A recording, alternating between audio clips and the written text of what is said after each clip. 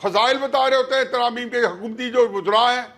میں تو کہتا ہوں کہ یہ لوگ بالکل اپنا ان کو پتہ ہی نہیں ہے کہ یہ اپنے ساتھ کیا کرا بیٹھے ہیں.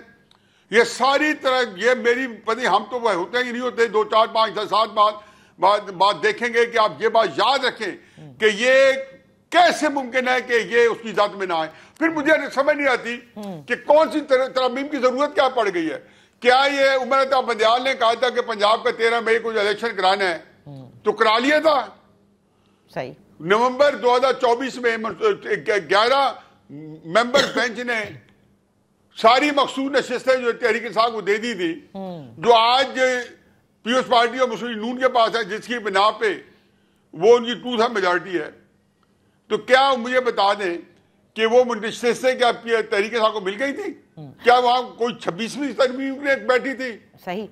تو یہ تو ان کو ویسے اویلیبل تھا ساری فیسلٹی. اپنے آپ کو خام دیکھیں مسلم نون کے کو پتہ ہے کہ ان کا اقتدار جو ہے اب ان کا سورج جو ہے طلوع نہیں ہوگا. اب وہ اس کا غروب ہی ہے ان کی سیاست, کیونکہ یہ بڑے مشکل فیصلے ہوتے ہیں جو انہوں نے آج تک بیچاروں نے کیے. خود کہہ رہے ہیں کہ ہم نے سیاسی قیمت ادا کی, آج تک یہ رٹ لگائی ہوئی ہے. لیکن مجھے تکلیف یہ ہے کہ یہ ترمیم جو ہے اس نے پاکستان کو, ریاست کو ناقابل تلافی نقصان پہنچانا ہے اور لانگ رن پہ ریاست کا باجا بجانا ہے بس. اچھا, تو پھر نیازی صاحب کوئی عقل والا آدمی جس کو ملک سے محبت ہے, وہ صرف مفادات والا بندہ جس کے بیسٹ انٹرسٹ ہے, جن کا ذاتی ایجنڈا ہے, ان کو یہ ترامیم کو لگا کھا سکتی ہے. باقی یہ ترامیم کسی کے بارے نہیں ہے. ملک کا جو بھی سوچے گا وہ ان ترامیم کو اٹھا کے ڈسٹ بن میں پھینکے گا کہ یار میں کیا ضرورت ہے. آپ اٹھا کے آپ نے دیے کی انسٹیٹیوشن پر بات کر دی ہے. حفیظ اللہ نیازی صاحب, یہاں ایک بریک لے لیتے ہیں اور بریک کے بعد ہم اپنی گفتگو جاری رکھیں گے. Welcome back. ان فوکس ہے حفیظ اللہ نیازی, سینئر تجزیہ نگار. میں آپ سے یہ جاننا چاہوں گی, جو آپ نے کہا نا کہ ضرورت کیا تھی اور جس انداز سے یہ آئی ہے ترمیم یا ترامیم, آپ کو کیا لگتا ہے؟ نظام تو ہم سنتے تھے کہ مضبوط سے مضبوط تر ہے, یہ جو موجودہ حکمران جماعت ہے اور ان کے اتحادی ہیں یہ بھی بڑے مضبوط ہیں. کئی لوگ یہ کہتے ہیں کہ آنے والے دنوں کے لیے یا آنے والے وقتوں کے لیے پاکستان تحریک انصاف اور خصوصاً عمران خان صاحب کا مکمل راستہ روکنے کے لیے یہ تمام تر ترمیم کی گئی ہیں. آپ اس سے اگری کرتے ہیں نیازی صاحب؟ دیکھیں جی, جن لوگوں کو روکا گیا ہے اور رک گئے, ان کے نام و نشان مٹ گئے. بھٹو صاحب کا نام و نشان مٹ گیا تو کیا ضیاء الحق صاحب کو بھٹو صاحب نے ہٹایا ہے؟ مشرف نے جو نواز شریف کا کتیا پانچا کر دیا تو کیا مشرف کو نواز شریف صاحب نے ہٹایا ہے؟ میں نے کہا غبارے کیس خود اٹھتا ہے خود برباد ہوتا ہے. ابھی میں نے اسی اسٹارٹ کیا ہے. کرائسس یہ کہ یہ جتنا تھا وہ کر لو. فرعون نے میری بات ذرا غور سے سنیں. فرعون نے پوچھا اپنے نجومیوں سے جس میں بڑا فخر تھا کہ مجھے بتائیں کہ میں نے ساری زندگی زندہ رہنا, تو انہوں نے کہا جی بنی اسرائیل کا ایک بچہ ہے اس کا بندوبست کر دو تو ساری زندگی زندہ رہو گے. اب کیا وہ بچوں پر سارے بنی اسرائیل کے بچے مار دیے. بالکل. تو کیا فرعون بچ گیا تھا؟ جس بچے نے مارنا تھا وہ اس کے گھر میں پلتا رہا تھا. آپ اسی کو بہت سمجھیں. صحیح آگے نہ چلیں. اچھا نیازی صاحب, یہ مجھے بتائیے گا کہ یہ جو کچھ چیزیں تو بڑی بلیٹنٹ ہیں جس پہ بڑے سوال اٹھ رہے ہیں. پیپلز پارٹی کی جانب سے شاید یہ ڈیمانڈ کی گئی, جو استثناء کا ذکر کیا جا رہا ہے کہ صدر پاکستان کو تا حیات استثناء حاصل ہوگا. پھر اس میں وزیر اعظم کا نام بھی شامل کیا گیا, جس پہ آج وزیر اعظم نے کہا کہ نہیں میں تو الیکٹڈ نمائندہ ہوں اور اکاؤنٹیبل ہوں. سو ایسا لگتا ہے کہ اس ملک میں احتساب ختم ہونا ہے اور جو سب سے اعلیٰ عہدوں پر فائز رہیں گے ان سے کسی قسم کی کوئی پوچھ گچھ نہیں ہوگی.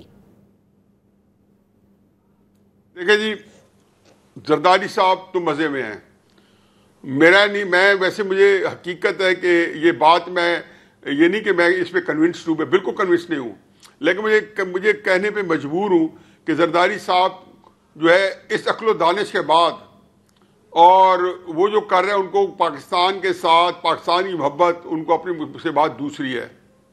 یعنی کہ ان کی پاکستانی محبت سیکنڈ نمبر پہ, پہلی ترجیح ان کی اپنی محبت ہے. اور ان کو پتہ ہے کہ ان کا کھیل جہاں پہ کھیل رہے ہیں سیاست کا, وہ اس میں بہت ہی انہوں نے ان کو تیری کا ناز نچایا ہوا ہے. اور وہاں پہ سندھ کے اندر جو ہے ان کو بالکل سندھ کو